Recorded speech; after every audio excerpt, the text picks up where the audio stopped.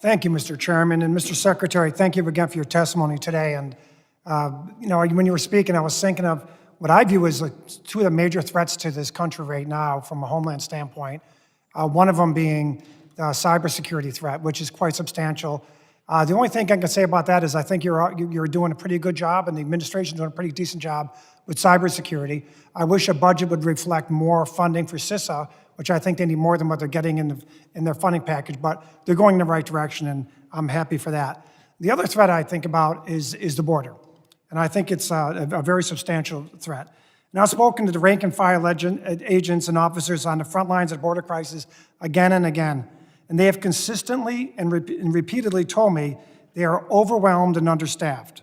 Border Patrol agents have also told me that once Title 42 authority ends, there will be an even bigger surge of migrants attempting to cross, in fact, unprecedented surges, and they will lose operational control of some or all of the southwest border, notions that you yourself have acknowledged as well. Well, according to a Department of Homeland Security document, once Title 42 restrictions are lifted, federal law enforcement are bracing for encounters of up to 18,000 migrants per day. Mr. Chairman, I ask unanimous consent to submit that document for the record. Without objection, so ordered. Thank you, sir.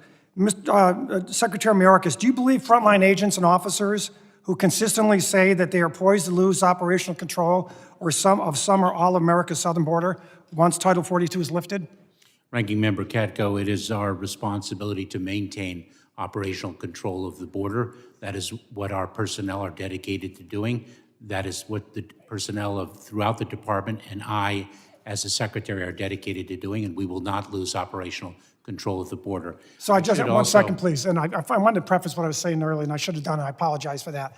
We have a limited amount of time, and I've directed all of my committee members on my side of the aisle to ask pointed questions, which generally require yes or no answers.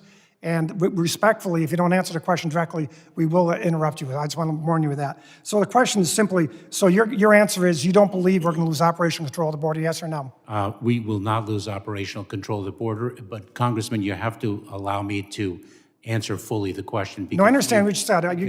You'll have your opportunity, sir. But if you don't believe we're going to lose operational control of the border, what information do you have in your possession that your frontline agents don't have? Because there's not a single person on the border today that will tell you that once Title 42 is lifted, they won't lose operational control as part of the border. So what information do you have that they don't have? The premise of your question and what you have identified as estimates of what we will encounter at the border are not estimates of what we will encounter. It is our responsibility. That was a Homeland Security document that I had that from.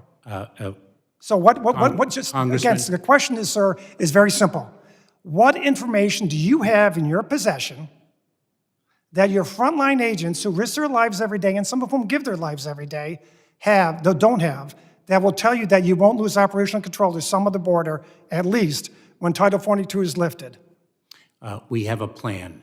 We have a plan that we have developed and that we have been preparing to execute. Your six-pillar plan? And have been implementing since September of this past year. Are you referring to your six-pillar plan? Yes. Has that been implemented, or is that a proposal? That is underway in its execution. We began planning in September. Let me ask you a question. That pillar, the 6 pillars. The surge started on January 20th when President Biden took office. Why didn't you implement the 6 pillars then? Why did you wait for 14 or 16 months to implement these things? Many of these lines of effort have been underway since this administration began. And I thought you just said that they're in the way of being implemented now. And the challenge, Congressman, of migration is not a challenge that the United States faces alone. What we are experiencing is a migration challenge throughout the region, throughout the Western Hemisphere, and in fact, throughout the world. And that is why one of the pillars of the plan is to work with countries south of our border so that they manage their borders effectively. Right, okay, thank you, I understand. But the bottom line is the 6 pillars came out yesterday. Oh, and that is incorrect. It was issued April 26, 2022 memorandum. I asked that you incorporate that to the record, Mr. Chairman. Without objection, so ordered. The bottom line is, the 6 pillars is something you put out yesterday to cover the fact that you guys are getting, you guys have lost operational control of many parts of the board already, more is to come. And I think I'd be straight with our folks going forward. Gentleman's time has expired.